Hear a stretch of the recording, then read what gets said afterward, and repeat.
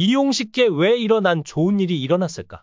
이용식은 한국의 코미디언이자 방송인으로 1980년대부터 활동을 시작해 오랫동안 대중의 사랑을 받아왔습니다.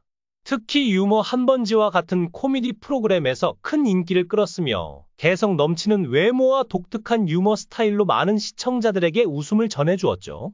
그런 그에게 최근 안타까운 소식이 들려왔습니다. 특히 손녀의 출산을 앞두고 있던 만큼 많은 이들이 안타까워했습니다. 이용식은 1975년 MBC 개그 콘테스트를 통해 정식으로 데뷔했는데요. 우리나라 개그맨 중 최초로 공채를 통해 데뷔한 인물이 바로 이용식입니다. 그전에는 개그맨들이 유랑극단이나 연극 배우 출신이 대부분이었습니다. 예를 들어 구봉서 선생님도 아코디언 연주를 하다가 개그맨으로 발탁된 경우였죠. 구봉서 선생님은 웃으면 복이 와요라는 프로그램을 만들었고 젊은 피를 수혈하기 위해 1975년에 개그맨 공채를 시작했습니다. 그전에도 TBC, MBC 등 방송사들의 탤런트 공채는 있었지만 개그맨 공채는 MBC가 처음이었습니다. 당시 공채에서는 구봉서, 배삼룡, 서영춘 등 엄청난 코미디언들이 심사위원으로 참여했는데요. 약 1,400명이 지원했고 그중 11명이 선발되었습니다. 이 명단에 이용식이 포함된 것이죠. 일기 멤버 중에서 아직도 왕성하게 활동하는 인물은 이용식이 유일합니다. 사실 이전에 이용식이 통기타 가수로도 제법 왕성하게 활동했다는 사실을 알고 계신가요? 1971년 언더그라운드 라이브 클럽에서 데뷔한 이용식은 이듬해 뮤지컬 배우로도 데뷔했으며 그러다 1975년에 우연한 기회로 개그맨으로 변신하게 되었습니다. 처음에는 돈가스나 생맥주를 파는 경양식집 같은 곳에서 통기타를 치며 노래를 했습니다. 그 시기는 서유석, 양희은 그리고 4월과 5월의 백순진, 이수만 등이 활동하던 시기였죠. 그러다 1972년경 청평에서 열린 통기타 페스티벌에 친구들과 함께 나가서 2등을 하게 되었습니다. 기타를 들고 데뷔했지만 결국 그의 운명은 개그맨으로 이어지게 되었던 것 같습니다. 어려서부터 동네에서 구봉서, 라 불릴 만큼 이용식은 입담이 좋았습니다. 동네 사람들은 이용식이 누구인지는 몰라도 구봉서를 모르는 사람은 없을 정도였죠. 그런 이용식에게 우연한 기회가 찾아왔습니다. 전원일기에서 용의 역을 맡았던 박은수는 이용식 가족의 막내와 절친한 친구였는데요. 박은수는 이용식을 대신해 MBC 지원서를 제출해 주었고 이용식은 친구의 양복을 빌려 입고 부랴부랴 시험을 보러 가야 했습니다. 단계별 테스트를 무난히 통과한 이용식은 최종 면접에서 합격 통지서를 받았고 이후 일정한 교육 과정을 거친 뒤 정식 개그맨으로 데뷔하게 되었습니다.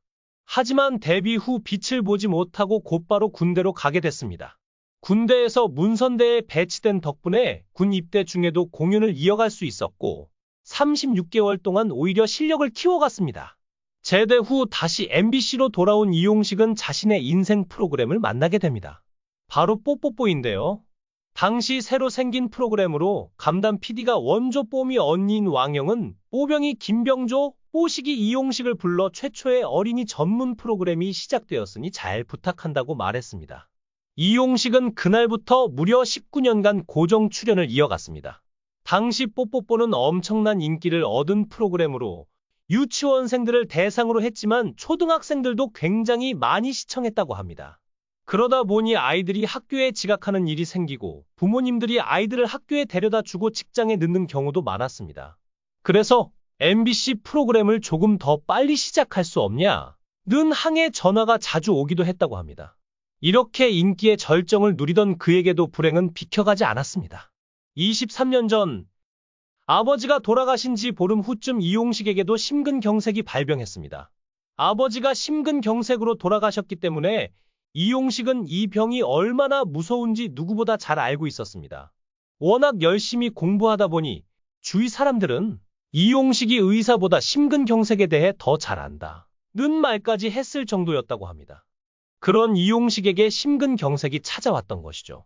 그는 응급실 침대에 누워서도 주먹을 꽉 쥐고 반드시 살아야겠다 는 생각만 했다고 합니다.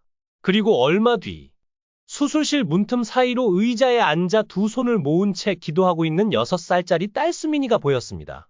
그 모습을 보며 이용식은 어떻게 해서 얻은 아이인데 내가 여기서 죽을 순 없다. 반드시 살아서 이 병원을 나가리라 고 굳게 다짐했고 그 다짐은 결국 지킬 수 있었습니다. 이용식은 유독 딸 수민이와 아내에 대한 사랑이 가득하기로 유명한데요. 그 이유가 있습니다. 이용식 부부는 결혼 8년 만인 1991년에 수민이를 얻었습니다. 결혼 후 오랫동안 아이가 생기지 않아 포기하고 입양을 고민하던 중에 얻은 아이였기 때문에 더욱 애틋했던 것입니다. 그의 아픈 가족사 또한 아내와 딸에게 애틋할 수밖에 없게 만들었습니다. 이용식의 아버지는 북파 공작원이었는데요. 군번 조회를 피하기 위해 포항 해군 기지에서 배에 기름을 배급하던 중 군용 배에서 무슨 일이 벌어질 것이라는 소문을 듣고 진남포에서 새 벼로를 납포한 뒤 가족에게 말도 없이 월남을 했습니다. 아버지의 월남 후 이용식의 어머니와 형은 북에서 끔찍한 고문을 당했는데요. 대나무를 깎아 뾰족하게 만든 가시를 어머니의 손톱 밑에 찌르며 아버지가 어디 갔느냐 고 물었지만 어머니는 정말 몰랐기 때문에 대답을 할 수 없었습니다. 그 일로 인해 아버지는 남쪽으로 내려온 뒤에도 늘 어머니께 죄책감을 느끼며 사셨습니다. 국군에 북진 당시 가족을 찾아온 이용식의 아버지는 가족과 함께 인천 진영으로 갔고 그곳에서 막내 아들인 이용식을 낳았습니다. 이용식은 나중에 아버지에게서 내가 남쪽으로 간다고 말을 하고 갔다면 우리 가족은 인민재판에 넘어갔을 텐데 정말 몰라서 말을 안 했기 때문에 우리가 살아남을 수 있었다. 는 말을 듣고 다행이라는 생각이 들었다고 전했습니다. 어머니가 모진 고문을 당하고도 살아남을 수 있었던 이유는 정말로 몰랐기 때문이었고 만약 알았더라면 목숨을 잃었을 수도 있었습니다. 이용식이 지금까지도 안타까워하고 슬퍼하는 순간 중 하나는 이주일이 사망했던 날입니다. 이용식은 이주일과 친분이 두터운 것으로 유명했는데 집으로도 자주 초대를 받을 정도로 사석에서도 허물없이 지내는 사이였습니다. 게다가 이주일이 국회의원 활동을 마치고 연예계에 복귀하며 론칭한 이주일의 코미디쇼에서 핵심 멤버 중 한 명이었습니다. 특히 이 방송의 최고 인기 코너였던 서울 옥에서 이주일, 김형곤, 방실이 등과 함께 연기를 펼치며 80년대식 꽁트 개그의 저력을 보여주었습니다. 그래서였을까요? 이주일의 장례식 당일 추도사를 하며 상당히 슬퍼한 사람 중 한 명이 바로 이용식이었습니다. 나중에는 심야 시간대에 진행했던 KBS 스탠딩 코미디 프로그램 폭소클럽에 나와 이주일을 향한 헌정 개그를 바치기도 했죠. 이용식은 이주일에 대해 대한민국에서 가장 짧은 기간에 가장 큰 인기와 부를 얻었던 분인데 오래 살지 못했다. 아들을 먼저 보냈다는 스트레스를 결국 이기지 못했던 것 같다. 고 말했습니다. 이주일의 외아들은 1991년 교통사고로 유명을 달리했는데 이주일은 생을 마감하기 한 달쯤 전에도 1시간에 한 번씩 아들 얘기를 할 정도로 그를 잊지 못했다고 합니다. 창밖을 보다가도 저 사람이랑 아들이 같이 가네? 라고 말할 정도였죠. 의사로부터 한 달 후쯤 이주일이 돌아가실 것 같다? 는 말을 전해 들은 뒤 이용식은 모든 스케줄을 취소하고 이주일 곁에서 말벗이 되어 드렸습니다. 결국 이주일은 세상을 떠났는데요. 이용식에게는 이주일과 관련된 여러 에피소드가 있습니다. 그중 하나는 정주영 현대그룹 명예회장과의 일화입니다.